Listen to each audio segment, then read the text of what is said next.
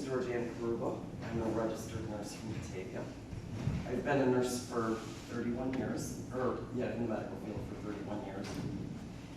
And in 2004, I accepted a job as a visiting nurse, and that's where I realized the problem for my invention. The invention that I came up with is a colostomy cap. It is made of plastic. The problem was that I saw in the home was several issues. One of them being self-esteem, leakage, the inability to swim in their pool. The only thing that has ever been on the market is a hanging pouch. The last design change was actually 60 years ago. I received the patent. It was 60 years when they got the product that actually was adhesive and stuck to the body. That's better. So anyhow, so there was several issues that patients deal with: depression, anxiety, body image change. And I saw the anguish with these patients. And it was actually over coffee at my sister's house that a bowl caught my eye. And that's how I came up with this concept. So in 2011, I invented a choice cap and a flange with a second ring. And what this product does is, as you can see, and it's also on my mannequin, all the patients ever had is the female that's standing there, is that hanging pouch. So you can imagine if you're swinging a golf club, trying to swim in a pool. And I came up with the cap that's on the gentleman. If you look at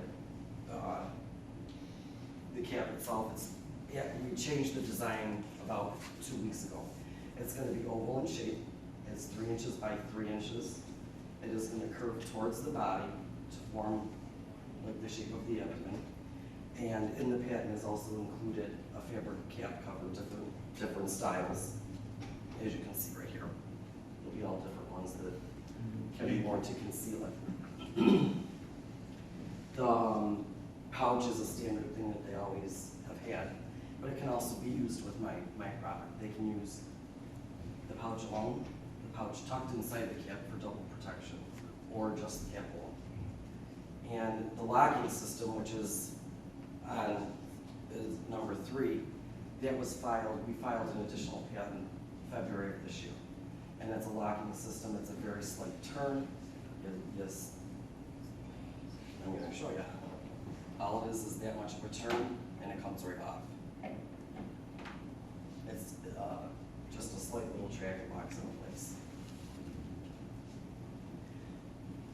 In November of 2011, I filed for my first patent. I received it in February of 2014, and then February 9th of 2015, I filed for the second patent. We've also got a trade name on the word choice cap, and through this workshop, I'm actually changing our company name.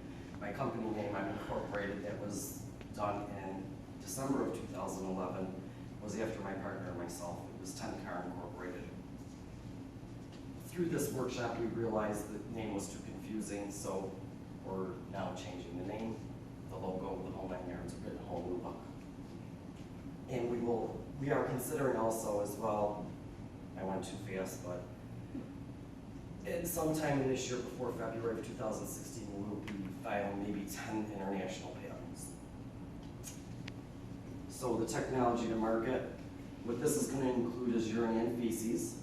The product is going to be the pouch, the cap, the flange, and the accessory covers. I'm not doing a whole lot right now with the covers. I had a lot on my plate. I've done this alone. It's been me, myself, and I.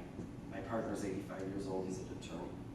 So right now we're concentrating on getting this product to the patients. That's where the need is. Who qualifies for this? It wouldn't be a fresh post-op patient. It's going to be somebody, there's a lot of swelling with this.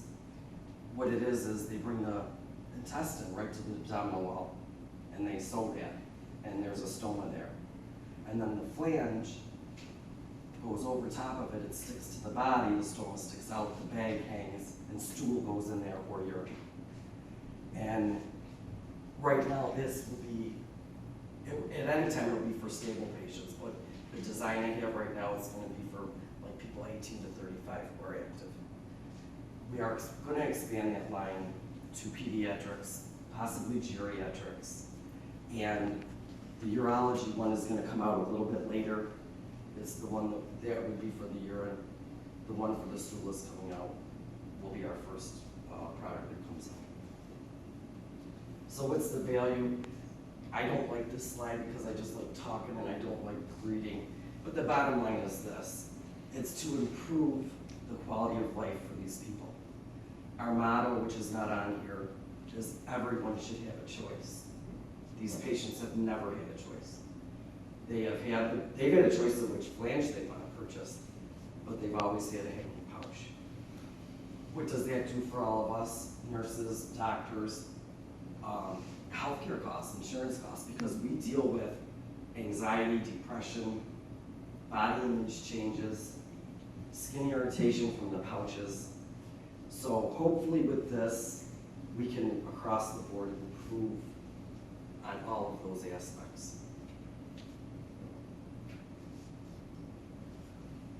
The matrix here, we're the only cap on the market. It's that simple. There's flanges out there. I have 3 main competitors, Hollister, Convatec, and Coloplast. They have fabulous products, but they don't have the cap. And they won't have the cap for 19 years. The patent is good for a total of 20 years. So what happens with the supply chain? It goes from the raw materials to my manufacturer. My desire is to have it manufactured right here in Western New York. I'm from Batavia. It will come to my company in Batavia, and then the product will go to a distributor in DME, but we may be eliminating the DME, so they won't get a chunk of it. The number 1 company in the world is Medline, they're distributors. So you eliminate that chain, so the profitability is higher. So I'm going for Medline. And then goes to the patient, and the insurance companies pay for it. It is covered by insurance. Most insurances, 80%, some 100. Medicaid and Medicare are typically lower than that. Profitability. This is per piece. I'm coming out with a kit which is not with the patient's kit now. The patients get a box of 5 flanges. Typically in a month they use 2 boxes. They use 1 box of pouches. So 3 boxes of product. Mine will be added, also the caps on that. So we can just say bulk-wise, maybe 17 pieces. So the profit for 10 car would be, it's gonna cost us 5, we're gonna keep 3. God bless you. Distributors will keep 5, DME 750, insurances pay back 850, and the patients copay around $4 per piece. My facility, the only thing that Choice Cap systems will need is a customer call center. My concern is taking care of the patients. We will have a call center with a 1-800 number, and it will be mainly, as far as like the marketing end of it, it's going to be the visiting nurses, it's going to be ostomy nurses, of course word of mouth, but we're going to have to provide a number for any kind of questions they might have or problems with the product. So that will be based out of Batavia. I'll start out with like maybe 4 employees, and I'll be doing the marketing across the country to show the visiting nurses and teach brochures, that kind of thing. So our numbers, everybody's always interested in the numbers, 800,000 patients in the United States. If we take 5% of the market, it's a $4.9 million, 10% is 9.8, 20 is 19.6. We're gonna forget those numbers though. We got the global market numbers and we haven't worked them, but by 2018, it's going to be $2.6 billion industry a year. So as far as the numbers, right now it's 2.1 billion. If choice cap takes 1% of that is $21 million a year in industry. The breakdown I don't have what the cost is of those. Very, very difficult to get global numbers. They're not out there, you gotta really do a lot of digging. As it stands right now, I am considered the president. I am a nurse though. Through this process, I've realized that I'm not qualified to run this company. So over the past couple of months, speaking with a couple of different attorneys and people that are associated with this process with me, I would be hiring a CEO. And what I'm going to be doing is what I did from the beginning, what I'm good at, and that's get out there, see what the patients need, go around the country, and as the need is, we'll add people to that group that are doing the teaching and getting a product out there. I'm going to need, like I said, my partner is Eugene Tenney. He is actually an attorney. I'm going to need a CEO, bookkeeper, purchasing. I will have a QA person that works at the factory where the product is made to make sure the quality is there. And business development. I think we're going to get a lot of that information from the patients, to be honest with you. We are strongly considering and are working forward to, before going to market and purchasing the molds, doing a study here, a medical study. It's not, we don't need it. I don't have to have it. It doesn't have to be tested. We're ready to roll. But I would like to get the data because the customers will wear it. They will tell me what they think of it before I purchase the molds. So most likely, we will be having a medical study done for the patient feedback to see what they think about it. And you know what? They might say they hate it. So why waste all of that money in molds? Stop the process there. I don't think that's going to happen. I'm 99% sure that's not going to happen. But before I purchase molds, I want to know what they think, and I want to know if they like it. This is the project plan chart. Farther than I'd like to see it. We estimated about a year from now we would actually have a product on market. I think I'm going to push my team to shorten it up.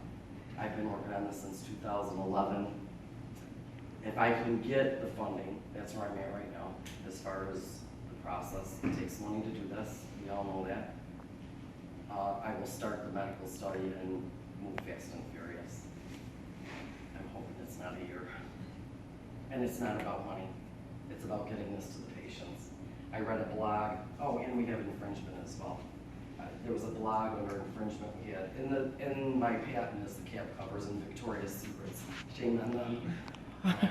But in that blog, it was like, when can I get this? Where can I buy it? I'm getting married. You know, we're hoping that we will eliminate almost completely the pouch. The pouch needs to be worn at night.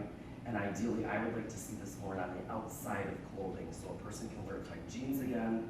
You get the fabric cap covers, the same material.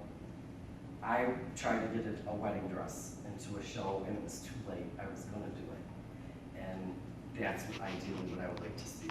And I know it sounds crazy, but I think it would be super to be able to have these people wear tight-fitting clothing again, and they can't because it stops the normal excretion of the body waste. There's my, I did not fill this out, my team filled this out. There's nothing out there on the market at all. The only thing they have is pouches and flanges. I did tell you about the changing color. It's going to be like those coffee mugs. It's going to be clear in color. And then when anything heat hits it, it will start to change color upward. Typically, when you change a bag, it's about a third full, and then you change it. The same thing with the pouch. The weight is going to be about the same, less than 1 ounce. The cap is going to weigh. But that will tell them when they need to change it. And that's the other nicety. There's two other things that are really positive about this. Unwanted odors, and it's embarrassing for these patients. So now they can spray fragrances inside this cap and hopefully decrease it. They'll play with it. One of the girls here, at the table that day, Kim, remember? She said, why don't you make it fragranced? And it was like, why? I want to give them the choice. That's my motto, everyone has a choice. And what smells good on me won't smell good on them. The other good thing about it is if you can imagine a bag, put Jell-O in that bag. Let's not think nasty. Put Jell-O in it. And you need to empty that and clean it. You only have 2 cans. You take the cap off, you slide it on the table, tissue, toilet, second cap on. Now you have your hands free. You can take that cap, you can empty it, throw a cap full of Clorox, and you sanitize the whole thing. You have to see a person hang it in their basement, the pouches to dry. Done. It's not going to happen anymore. That's it. I got it.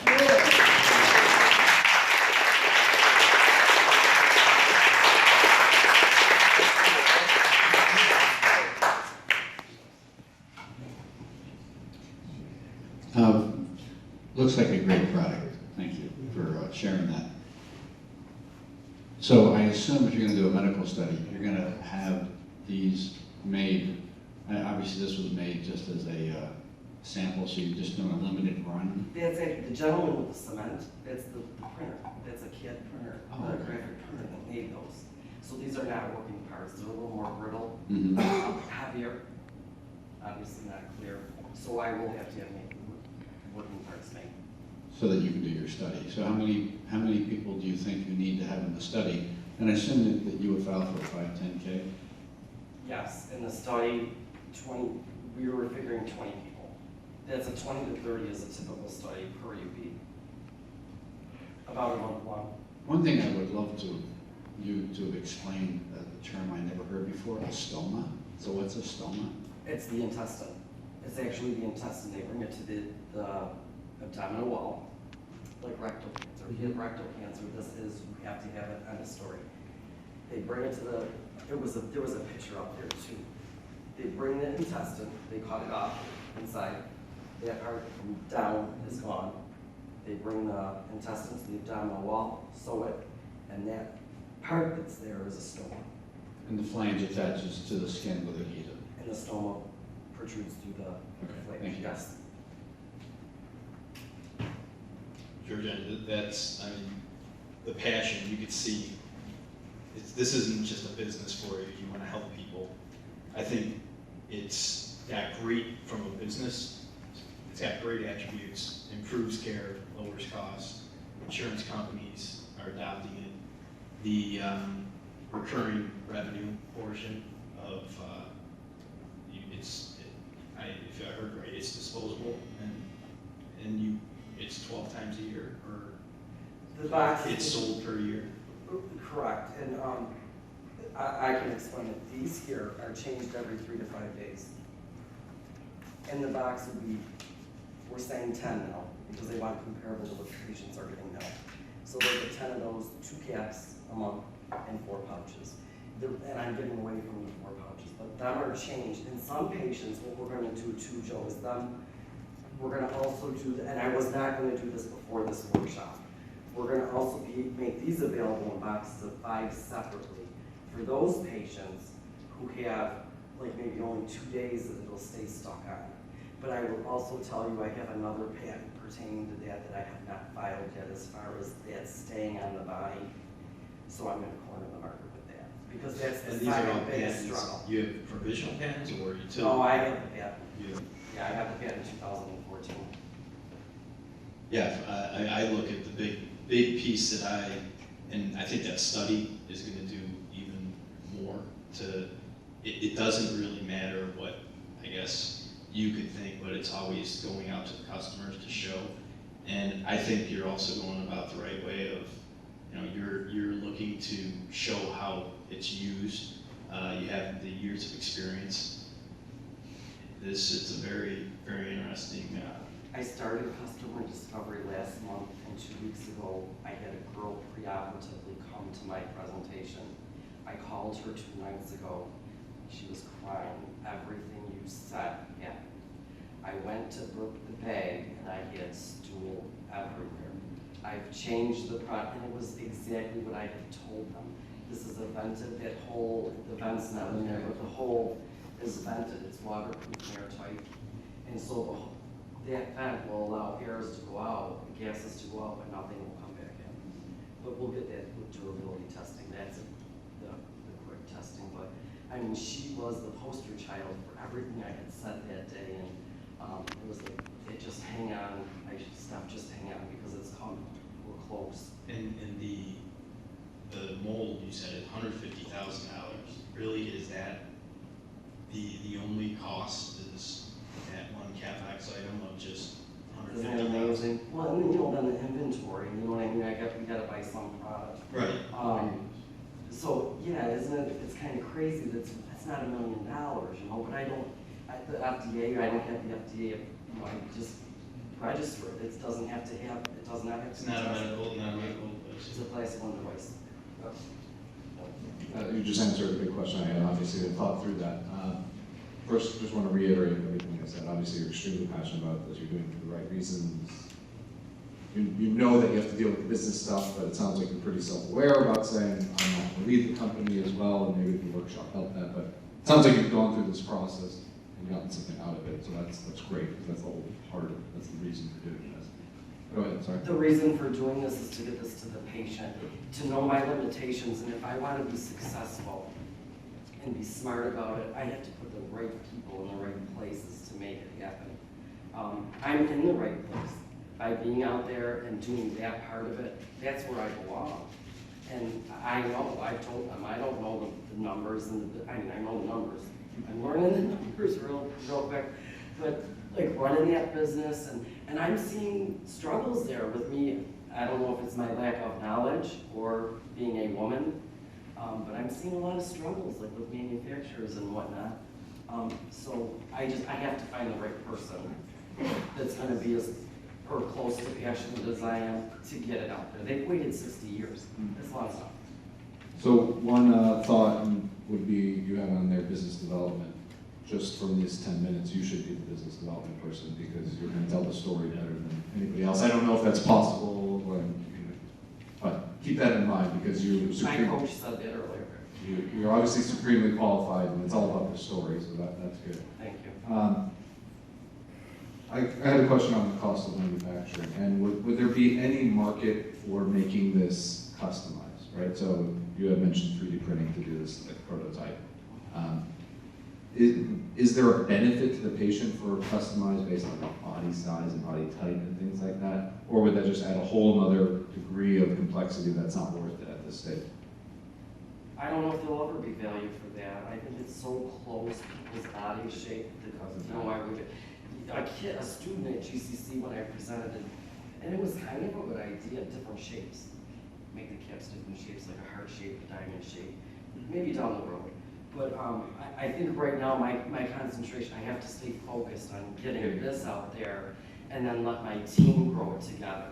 Because a good idea doesn't become excellent without a bunch of collaboration and other people putting their input into that. So that's my concentration, is just let's get it out there, see what the people think. And I had a teacher that said, I used to dress it up with caps, I used to dress it up for Halloween. I'm not big, I'm going like this, yeah, we can do that.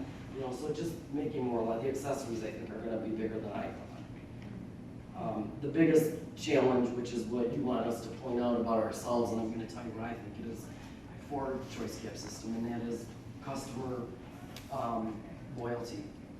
There's such a problem if this falls off. A bartender, it happened right at the bar. And you hear horror stories. I went to the MedTech Center in Batavia. The gentleman there that helps with the business plans, his son's a chiropractor, was manipulating the patient, boom, a bag popped off. It was a mess in the guy's office. So, but I think once they get it and use it and get used to it, I'm good and golden. It's customer loyalty. When they get a product that works, they don't want to switch, and I don't blame them. That's my whole thing, is improve the quality of their life. So that's going to be a big focus for me, not for my management team and the running of it, but for the designs and stuff, is to make sure that I can produce them the adhesive part, that a variety of them, so that it sticks well until I file that other patent. Yeah, I think everyone enjoyed your passion. You know, I'm ready to give you a hug. Go ahead.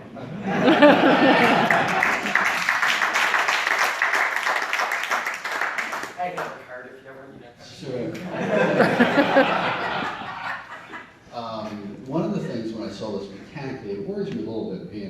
hard object and sticking out that maybe even a soft belt, so it would be harder to catch, you know, from the side, you know, something that you could wear around. But anyway, I think it's a fabulous product. I think it'll, if those 20 potential, if those 20-person sample love it, I think you're in like Flint. I'll tell you, Wayne, before that, 60 years ago, it happened to be, I had a brother with Crohn's disease. That's why I became a nurse, and he refused this. He told them to let me die. And 60 years ago, it was a woman in Denmark who was also a visiting nurse who had a sick sister. She got the patent on the adhesive. Before the adhesive, they used a strand. They used a strand.